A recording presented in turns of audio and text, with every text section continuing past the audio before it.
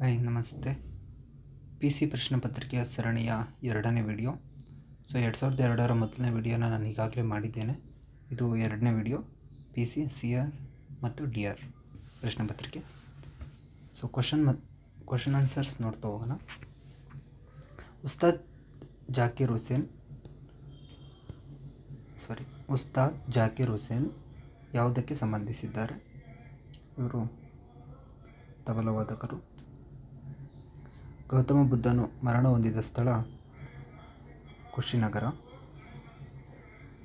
ಶಿಕ್ಷಕರ ದಿನಾಚರಣೆಯನ್ನು ಈ ದಿವಸ ಆಚರಿಸಲಾಗುತ್ತದೆ 5ನೇ ಸೆಪ್ಟೆಂಬರ್. ಕರ್ನಾಟಕದ ರಾಷ್ಟ್ರಕವಿ ಎಂದೆನಿಸಿಕೊಂಡವರು ಕೆ ವಿ ಪುಟ್ಟಪ್ಪ, ಕುವೆಂಪು ಅವರು. ಮೈಸೂರಿನ ಹುಲಿ ಎಂದೆನಿಸಿಕೊಂಡವರು ಟಿಪ್ಪು ಸುಲ್ತಾನ್.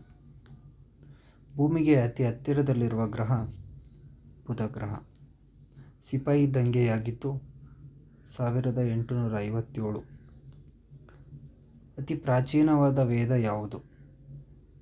ಋಗ್ವೇದ. ಹೆಸರಾಂತ ಓಟಗಾರ್ತಿ ಪಿ ಟಿ ಉಷಾ ಈ ರಾಜ್ಯಕ್ಕೆ ಸೇರಿದವರು. P T Usha Kerala. 2004ನೇ ಒಲಿಂಪಿಕ್ ಆಟವನ್ನು ಈ ಸ್ಥಳದಲ್ಲಿ ನಡೆಸಲಾಯಿತು. ಆಗ ಅಥೆನ್ಸಲ್ಲಿ ನಡೆದಿತ್ತು. ಈಗ ಪ್ರೆಸೆಂಟ್ ಎಲ್ಲಿ ನಡೆದಿದೆ ಅನ್ನೋದನ್ನ ಕರೆಂಟ್ ಅಫೇರ್ಸಲ್ಲಿ ನೋಡ್ಕೊಳ್ಳಿ. ಮನುಷ್ಯನ ದೇಹದ ಉಷ್ಣತೆಯನ್ನು ಅಳೆಯುವ ಮಾಪಕ ಥರ್ಮೋಮೀಟರ್. ಭಾರತದ ರಾಷ್ಟ್ರ ಪಕ್ಷಿ ನವಿಲು. ಯಾವುದಕ್ಕೆ ಶಕ್ತಿ ಸ್ಥಳವೆಂದು ಕರೆಯುತ್ತಾರೆ? ಇಂದಿರಾ ಗಾಂಧಿಯವರ ಸಮಾಧಿಯ ಸ್ಥಳವನ್ನು ಶಕ್ತಿ ಸ್ಥಳ ಅಂತ ಕರೀತಾರೆ. ಭಾರತದ ರಾಷ್ಟ್ರಾಧ್ಯಕ್ಷರ ಅಧಿಕಾರಾವಧಿ ಎಷ್ಟು? ರಾಷ್ಟ್ರಪತಿಯವರ ಅಧಿಕಾರಾವಧಿ ಕೇಳಿರೋದು 5 ವರ್ಷ. ಪಾಕಿಸ್ತಾನ ಗಡಿಯಲ್ಲಿರುವ ಭಾರತದ ರಾಜ್ಯ ಯಾವುದು? ರಾಜಸ್ಥಾನ್ ಪಾಕಿಸ್ತಾನದ ಗಡಿನ ಹಂಚಿಕೊಂಡಿದೆ. ಭಾರತದ ಗಣರಾಜ್ಯದ ಪ್ರಥಮ ರಾಷ್ಟ್ರಪತಿಗಳು. ಭಾರತದ ಪ್ರಥಮ ರಾಷ್ಟ್ರಪತಿ ಡಾಕ್ಟರ್ ಬಾಬು ರಾಜೇಂದ್ರ ಪ್ರಸಾದ್ ಅವರು. ಭಾರತದ ಅತ್ಯುನ್ನತ ನಾಗರಿಕ ಪ್ರಶಸ್ತಿಯು ಯಾವುದು? ಭಾರತ ರತ್ನ. ಭಾರತದ ರಾಷ್ಟ್ರಗೀತೆ ಜನಗಣಮನ. ಕೈಗಾ ಅಣುಸ್ಥಾವರ ಇರುವ ಜಿಲ್ಲೆ? ಕೈಗಾ ವಿದ್ಯುತ್ ಅಣುಸ್ಥಾವರ.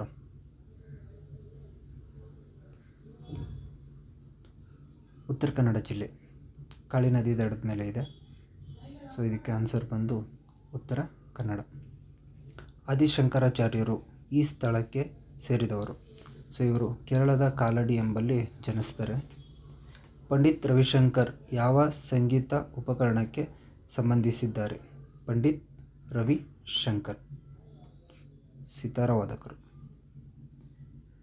ಇದರಲ್ಲಿ ನಮ್ಮ ದೇಶದ ರಾಷ್ಟ್ರಪತಿ ಎಂದೆನಿಸಿಕೊಂಡವರು?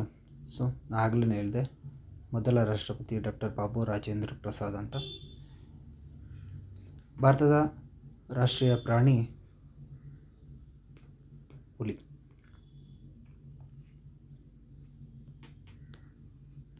ಜೈ ಜವಾನ್ ಜೈ ಕಿಸಾನ್ ಎಂಬ ಘೋಷಣೆಯನ್ನು ಮೊದಲನೇದಾಗಿ ಯಾವ ನಾಯಕರು ಹೇಳಿದರು? ಲಾಲ್ ಬಹದ್ದೂರ್ ಶಾಸ್ತ್ರಿ.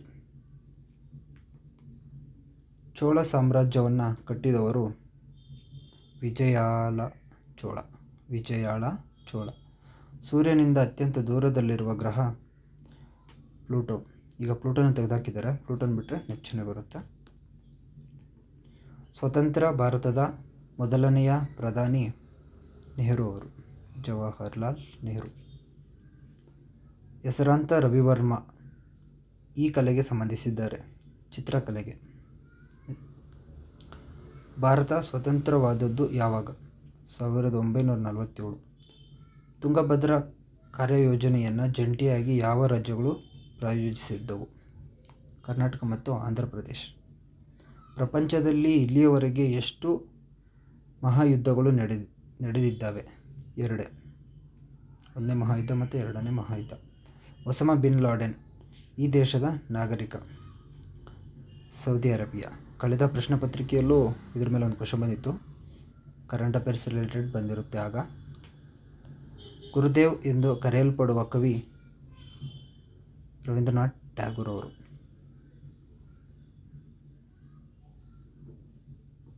ಪ್ರಪಂಚದಲ್ಲೇ ಅತಿ ಹೆಚ್ಚು ಜನಸಂಖ್ಯೆಯುಳ್ಳ ರಾಷ್ಟ್ರ ಈಗ ಪ್ರಸ್ತುತ ಭಾರತ. ಒಸಾಮಾ ಬಿನ್ ಲಾಡೆನ್ ಒಬ್ಬ ಭಯೋತ್ಪಾದಕ. ಯಾವ ದಿವಸ ಭಾರತದ ಪ್ರಧಾನಮಂತ್ರಿ ಕೆಂಪುಕೋಟೆಯಿಂದ ದೇಶವನ್ನು ಉದ್ದೇಶಿಸಿ ಮಾತನಾಡುತ್ತಾರೆ? ಸ್ವಾತಂತ್ರ್ಯ ದಿವಸ. ಭಾರತದಲ್ಲಿ ಮರುಭೂಮಿ ರಾಜ್ಯ ಎಂದೆನಿಸಿಕೊಂಡಿರುವ ರಾಜ್ಯ ರಾಜಸ್ಥಾನ್. ಥಾರ್ ಮರುಭೂಮಿ ಇದೆ ಅಲ್ಲಿ. ಭಾರತದ ಮೊಟ್ಟ ಮೊದಲ ಫೀಲ್ಡ್ ಮಾರ್ಷಲ್ ಯಾರು? ಜನರಲ್ ಮಣಿಕ್ ಶಾ. LTTE ಕಳೆದ ಪ್ರಶ್ನೆ ಪತ್ರಿಕೆಯಲ್ಲೂ ಬಂದಿತ್ತು. ಇದೊಂದು ಭಯೋತ್ಪಾದಕ ದಳ. ರಾಜೀವ್ ಗಾಂಧಿ ಅವರನ್ನ ಹತ್ಯೆ ಮಾಡುತ್ತೆ ಇದು. ಸ್ವತಂತ್ರ ಭಾರತದ ಪ್ರಥಮ ದಂಡನಾಯಕ ಜನರಲ್ ಕರಿಯಪ್ಪ. ಭಾರತದ ಕ್ರಿಕೆಟ್ ತಂಡವು ಯಾರ ವಿರುದ್ಧ ಪಂದ್ಯ ಆಡುತ್ತಿದ್ದಾರೆ ಆಗ? 2002ರಲ್ಲಿ ಇಂಗ್ಲೆಂಡ್ ವಿರುದ್ಧ ಆಡ್ತಾ ಇರ್ತಾರೆ. ಬಂಡೀಪುರ ರಾಷ್ಟ್ರೀಯ ಅಭಯಾರಣ್ಯ ಎಲ್ಲಿದೆ? ಕರ್ನಾಟಕದ Chamarajanagar.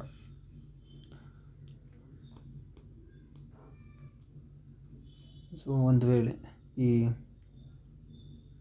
Mentality question ಈಶ್ವರಗಿರಿ sir class ನೋಡಿ ಎಲ್ಲರೂ ಮಾಡ್ತೀರಾ. ಆನ್ಸರ್ ಮಾತ್ರ ಹೇಳ್ತೀನಿ ನಾನು. ಭಾರತದ ರಾಷ್ಟ್ರಧ್ವಜದಲ್ಲಿರುವ ಬಣ್ಣಗಳು ಕೇಸರಿ, ಬಿಳಿ, ಹಸಿರು. ವಿಶ್ವ ಎಂಬ ಯೋಜನೆ ಯಾವ ರಾಜ್ಯ ಸರ್ಕಾರದ ಯೋಜನೆ? ಕರ್ನಾಟಕ ಸರ್ಕಾರದ್ದು. 2002ರಲ್ಲಿ ಜಾರಿಗೆ ತಂದಿರ್ತಾರೆ ಇದನ್ನ. ಗೋಳಗುಮ್ಮಟ ಇರುವ ಸ್ಥಳ ಬಿಜಾಪುರ, ಈಗಿನ ವಿಜಯಪುರ.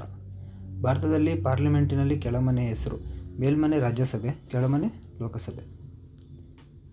ಪ್ಲೇಗ್ ಯಾವ ಪ್ರಾಣಿಯಿಂದ ಬರುತ್ತದೆ? ಪ್ಲೇಗ್ ಹರಡುತ್ತಾ ಇದ್ದಿದ್ದು ಇಲಿಯಿಂದ. ಕರ್ನಾಟಕದಲ್ಲಿ ನಟ ಸಾರ್ವಭೌಮ ಎಂದೆನಿಸಿಕೊಂಡವರು ಅಣ್ಣವರು ಡಾಕ್ಟರ್ ರಾಜ್ಕುಮಾರ್. ಕ್ವಿಟ್ ಇಂಡಿಯಾ ಚಳುವಳಿಯಾಗಿದ್ದು ಈ ವರ್ಷದಲ್ಲಿ? 1942ರಲ್ಲಿ. ಕಾವೇರಿ ನದಿ ಹುಟ್ಟುವ ಜಾಗ ತಲಕಾವೇರಿ. ಖಾಜಾ ಬಂದೇ ನವಾಜ್ ದರ್ಗಾ ಎಲ್ಲಿದೆ? ಗುಲ್ಬರ್ಗ. ಮೈಸೂರು ರಾಜ್ಯವು ಕರ್ನಾಟಕವೆಂದು ಪುನರ್ ನಾಮಕರಣಗೊಂಡಿದ್ದು 1976 ನವೆಂಬರ್ 1. ಮಲಗಿರುವ ಬುದ್ಧನ ಬೆಟ್ಟಗಳು ಯಾವ ಜಿಲ್ಲೆಯಲ್ಲಿದೆ? ಇದಕ್ಕೆ ಆಗ ಗುಲ್ಬರ್ಗದಲ್ಲಿತ್ತು, ಈಗ ಪ್ರೆಸೆಂಟ್ ಇರೋದು ಯಾದಗಿರಿ. ಮಲಗಿರುವ ಬುದ್ಧನ ಬೆಟ್ಟಗಳು ಇರೋದು ಯಾದಗಿರಿ.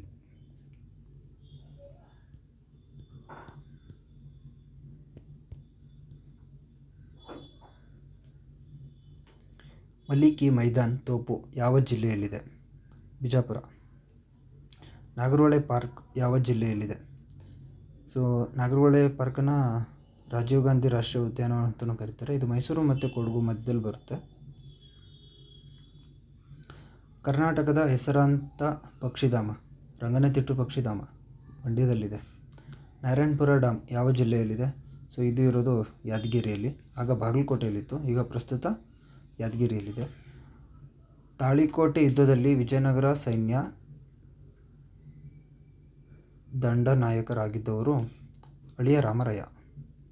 ಕೃಷ್ಣದೇವರಾಯನ ಅಳಿಯ ರಾಮರಾಯ ತಾಳಿಕೋಟೆ ಯುದ್ಧದಲ್ಲಿ ವಿಜಯನಗರ ಸೈನ್ಯದ ದಂಡನಾಯಕರಾಗಿರ್ತಾರೆ. ಸಂವಿಧಾನ ರಚನಾ ಸಭೆಯ ಕರಡು ಸಮಿತಿಯನ್ನು ಅಧ್ಯಕ್ಷರಾಗಿದ್ದರು ಡಾಕ್ಟರ್ BR ಅಂಬೇಡ್ಕರ್. ಅತಿ ದೊಡ್ಡ ಥರ್ಮಲ್ ವಿದ್ಯುತ್ ಶಕ್ತಿ ಕೇಂದ್ರ ಕರ್ನಾಟಕದಲ್ಲಿ ಎಲ್ಲಿದೆ? Raichur thermal power station. Krishnaraja Sagara ಅಣೆಕಟ್ಟು ಈ ನದಿಗೆ ಅಡ್ಡಲಾಗಿ ಕಟ್ಟಲಾಗಿದೆ? ಕಾವೇರಿ ನದಿಗೆ. KRS dam. ತಾಲೂಕು ಪಂಚಾಯಿತಿ ಸದಸ್ಯರು ಜಿಲ್ಲಾಧಿಕಾರಿಯಿಂದ ನಾಮಕರಣಗೊಳ್ತಾರಾ? ಮುಖ್ಯಮಂತ್ರಿಯಿಂದ ನಾಮಕರಣಗೊಳ್ತಾರಾ? ನೇರವಾಗಿ ಜನರಿಂದ ಚುನಾಯಿತರಾಗ್ತಾರಾ? ಪರೋಕ್ಷವಾಗಿ ಗ್ರಾಮ ಪಂಚಾಯಿತಿಯ ಸದಸ್ಯರಿಂದ ಚುನಾಯಿತರಾಗ್ತಾರಾ ಅಂತ ಕೇಳಿದ್ದಾರೆ. ತಾಲೂಕು ಪಂಚಾಯಿತಿ ಸದಸ್ಯರು ನೇರವಾಗಿ ಜನರಿಂದನೇ ಚುನಾಯಿತರಾಗ್ತಾರೆ. ಕರ್ನಾಟಕದಲ್ಲಿ ಅತಿ ಹೆಚ್ಚು ಮಳೆ ದಾಖಲಾಗುವಂಥ ಪ್ರದೇಶ ಆಗುಂಬೆ. ಕೃಷ್ಣದೇವರಾಯನ ಕಾಲದ ವಿರೂಪಾಕ್ಷ ಸ್ವಾಮಿ ದೇವಸ್ಥಾನವು ಎಲ್ಲಿದೆ? ಮಂಗಳೂರ, ಹಂಪಿನ, ಮೈಸೂರ, ಉಡುಪಿನ? ಹಂಪಿ ವಿರೂಪಾಕ್ಷ ದೇವಸ್ಥಾನ ಹಂಪಿಯಲ್ಲಿದೆ. ಪ್ರಪಂಚದಲ್ಲೇ ಅತ್ಯಂತ ದೊಡ್ಡ ಪ್ರಜಾಪ್ರಭುತ್ವ ಇರುವ ರಾಷ್ಟ್ರ ಯಾವುದು? China, Russia, America, Bharat. Bharat. Jog falls ಯಾವ ಜಿಲ್ಲೆಯಲ್ಲಿ ಇದೆ? ಜೋಗ್ ಫಾಲ್ಸ್ ಕಾರವಾರ, ಬಿಜಾಪುರ, ಶಿವಮೊಗ್ಗ, ಮಂಡ್ಯ. ಜೋಗ್ ಫಾಲ್ಸ್ ಇರೋದು ಶಿವಮೊಗ್ಗದಲ್ಲಿ ಶರಾವತಿ ನದಿಗೆ.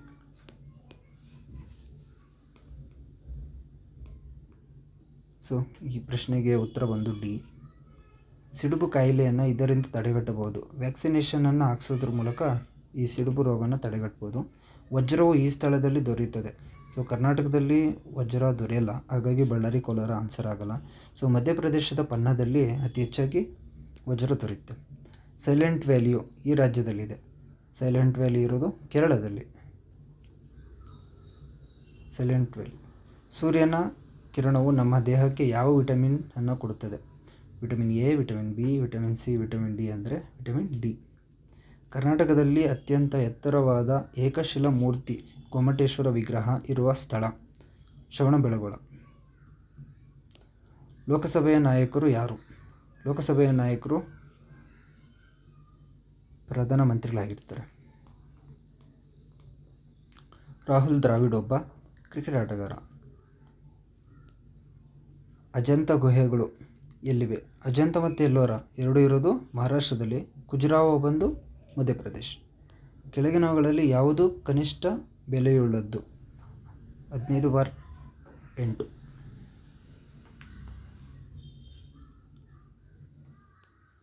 ಈ ದಿವಸ ಶನಿವಾರ ಆದರೆ 27ನೇ ದಿವಸ ನಂತರ ಯಾವ ದಿವಸ ಬರುತ್ತದೆ? ಸೊ ಇದು ಹಿಂಗೆ ಬಂದಿದೆ ಅಂದರೆ 7ರಿಂದ ಡಿವೈಡೆಡ್ ಮಾಡಿ. 7ರಿಂದ ಡಿವೈಡೆಡ್ ಮಾಡಿದಾಗ 7 3 21 ಆಗುತ್ತೆ. ಸೊ ರಿಮೈನಿಂಗ್ 6 ಉಳಿತು. ಸೊ 6 ದಿನ ಮುಂದೆಗೆ ಹೋಗಿ, ಶನಿವಾರದಿಂದ 6 ದಿನ ಮುಂದೆಗೆ ಹೋದರೆ ಶುಕ್ರವಾರ ಆಗುತ್ತೆ. ಆನ್ಸರ್ ಬಂದು ಶುಕ್ರವಾರ. 7ರಿಂದ ಡಿವೈಡೆಡ್ ಮಾಡಬೇಕು, ರಿಮೈನಿಂಗ್ ಎಷ್ಟು ಉಳಿತೋ ಅಷ್ಟು ಮುಂದೆಗೆ ಹೋಗಬೇಕು. ರಾಜ್ಯಸಭೆಯ ಅಧ್ಯಕ್ಷರು ಯಾರು? ರಾಜ್ಯಸಭೆಯ ಅಧ್ಯಕ್ಷರು ಯಾವಾಗಲೂ ಉಪರಾಷ್ಟ್ರಪತಿಯವರೇ ಆಗಿರ್ತಾರೆ.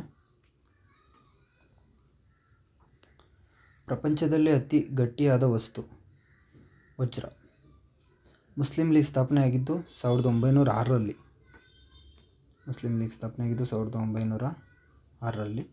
ನೀಲಗಿರಿ ಬೆಟ್ಟವು ಈ ರಾಜ್ಯದಲ್ಲಿದೆ. ತಮಿಳುನಾಡಲ್ಲಿರೋದು ನೀಲಗಿರಿ ಬೆಟ್ಟ. ಭಾರತದಲ್ಲಿ ಮೊಟ್ಟ ಮೊದಲನೆಯ ವಿಶ್ವವಿದ್ಯಾಲಯವು ಈ ಸ್ಥಳದಲ್ಲಿ ಸ್ಥಾಪಿತವಾಯಿತು. ಕೋಲ್ಕತ್ತಾದಲ್ಲಿ. ಕೋಲ್ಕತ್ತಾ ಯೂನಿವರ್ಸಿಟಿ. ಬ್ಯಾಡ್ಮಿಂಟನ್ನಲ್ಲಿ ಜಗತ್ಪ್ರಸಿದ್ಧರಾದ ಕರ್ನಾಟಕದ ಆಟಗಾರ ಯಾರು? ಪ್ರಕಾಶ್ ಪಡುಕೋಣೆ. ಒಂದು ಕ್ಲಾಸ್ನಲ್ಲಿ ಒಟ್ಟು 30 ವಿದ್ಯಾರ್ಥಿಗಳ ಸರಾಸರಿ ವಯಸ್ಸು 18. ಆ ಕ್ಲಾಸಿನ ಉಪಾಧ್ಯಾಯರ ವಯಸ್ಸು ಸೇರಿಕೊಂಡರೆ ಆ ಕ್ಲಾಸಿನ ಸರಾಸರಿ ವಯಸ್ಸು 19 ಆಗುತ್ತದೆ. ಹಾಗಾದರೆ ಉಪಾಧ್ಯಾಯರ ವಯಸ್ಸೆಷ್ಟು? ಸೊ ಉಪಾಧ್ಯಾಯರ ವಯಸ್ಸು 49. ಕೇಂದ್ರ ಮಂತ್ರಿಗಳು ಒಟ್ಟಾರೆ ಯಾರಿಗೆ ಜವಾಬ್ದಾರರು? ಕೇಂದ್ರ ಮಂತ್ರಿಗಳು ಒಟ್ಟಾರೆಯಾಗಿ ಲೋಕಸಭೆಗೆ ಮಾತ್ರ ಜವಾಬ್ದಾರರಾಗಿರ್ತಾರೆ. ಕಾಣೆಯಾಗಿರುವ ಸಂಖ್ಯೆಯನ್ನು ಖಾಲಿ ಇರುವ ಸ್ಥಳದಲ್ಲಿ ತುಂಬಿ. ಸೊ 6, 7, 8. ನೆಕ್ಸ್ಟ್ ಬರಬೇಕಾಗಿದ್ದು 9. ಇಲ್ಲಿಂದ 10, 12, 14 ಬರಬೇಕು. ಆನ್ಸರ್ 14. ಒಬ್ಬ ಮನುಷ್ಯನು ಈಗಿರುವಂತೆ 20 ವರ್ಷದ ನಂತರ 3 ಪಟ್ಟು ವಯಸ್ಸವನಾಗ್ತಾನೆ. ಹಾಗಾದರೆ ಆತನ ಈಗಿನ ವಯಸ್ಸೆಷ್ಟು?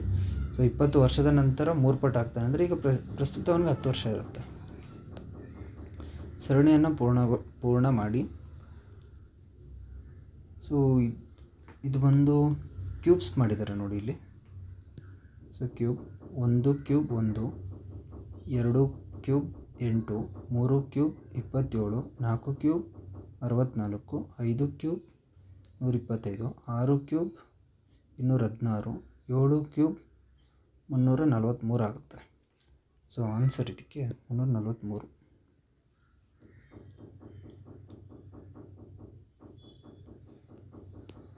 ಒಬ್ಬ ವ್ಯಕ್ತಿಯು 2 ಮೈಲಿ ಪ್ರಯಾಣ ಮಾಡಿ ಎಡಭಾಗಕ್ಕೆ ತಿರುಗಿ ಮತ್ತೆ 4 ಮೈಲಿ ಪ್ರಯಾಣ ಮಾಡುತ್ತಾನೆ. ಪುನಃ ಬಲಭಾಗಕ್ಕೆ ತಿರುಗಿ ಮತ್ತೆ 1 ಮೈಲಿ ಪ್ರಯಾಣ ಮಾಡುತ್ತಾನೆ. ಹಾಗಾದರೆ ಆ ವ್ಯಕ್ತಿಯು ತಾನು ಹೊರಟ ಸ್ಥಳದಿಂದ ಎಷ್ಟು ದೂರದಲ್ಲಿದ್ದಾನೆ? 5 ಮೈಲಿ ದೂರದಲ್ಲಿದ್ದಾನೆ.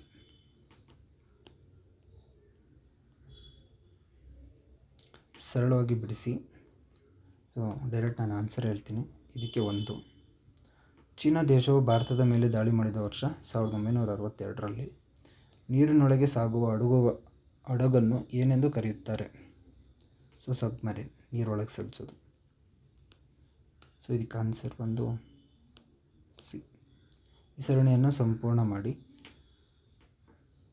ಸೊ ಇದು ನೋಡಿ ಇಲ್ಲಿ ಫಸ್ಟು 23ಕ್ಕೆ 3ರಿಂದ ಇಂಟು ಮಾಡಿದರೆ 72 ಆಗಿದೆ. 72ರಲ್ಲಿ ಅರ್ಧ ಮಾಡಿದರೆ 36 ಆಗಿದೆ. ಆಯಿತಾ. ಈ ಮತ್ತೆ ಇದು ಅರ್ಧ ಮಾಡಿದರೆ 36ಕ್ಕೆ ಮತ್ತು 3ರಿಂದ ಇಂಟು ಮಾಡಿದರೆ 108 ಆಗಿದೆ. ಇದರಲ್ಲಿ ಅರ್ಧ ಮಾಡಿದರೆ 54 ಆಗಿದೆ. 54ನ್ನು ಮತ್ತು 3ರಿಂದ ಇಂಟು ಮಾಡಿದಾಗ 3 ಸಲ ಭಾಗಿಸಿದಾಗ 162 ಆಗುತ್ತೆ. ಮತ್ತು ಇದರಲ್ಲಿ ಅರ್ಧ ಮಾಡಿದ್ದಾರೆ. ಸೊ ಇದರಲ್ಲಿ ಅರ್ಧ ಮಾಡಿದಾಗ ಎಷ್ಟಾಗುತ್ತೆ ಆನ್ಸರು 81 ಆಗುತ್ತೆ. 162ಕ್ಕೆ ಅರ್ಧ ಅಂದರೆ 81.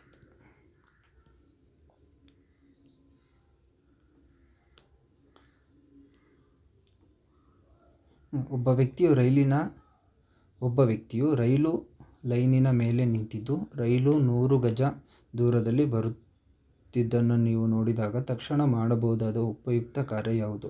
ಆತನ ಕಡೆಯ ಆಸೆ ಏನೆಂದು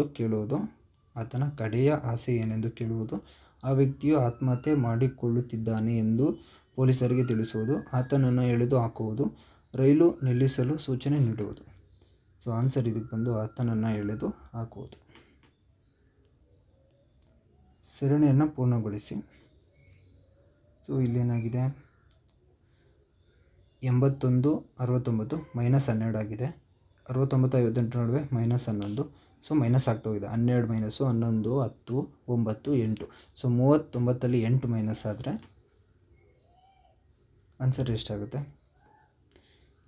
31 ಆಗುತ್ತೆ. ವಿಮಾನ ಕಾರ್ಖಾನೆ ಯಾವ ರಾಜ್ಯದಲ್ಲಿದೆ? ಕರ್ನಾಟಕ. So HAL.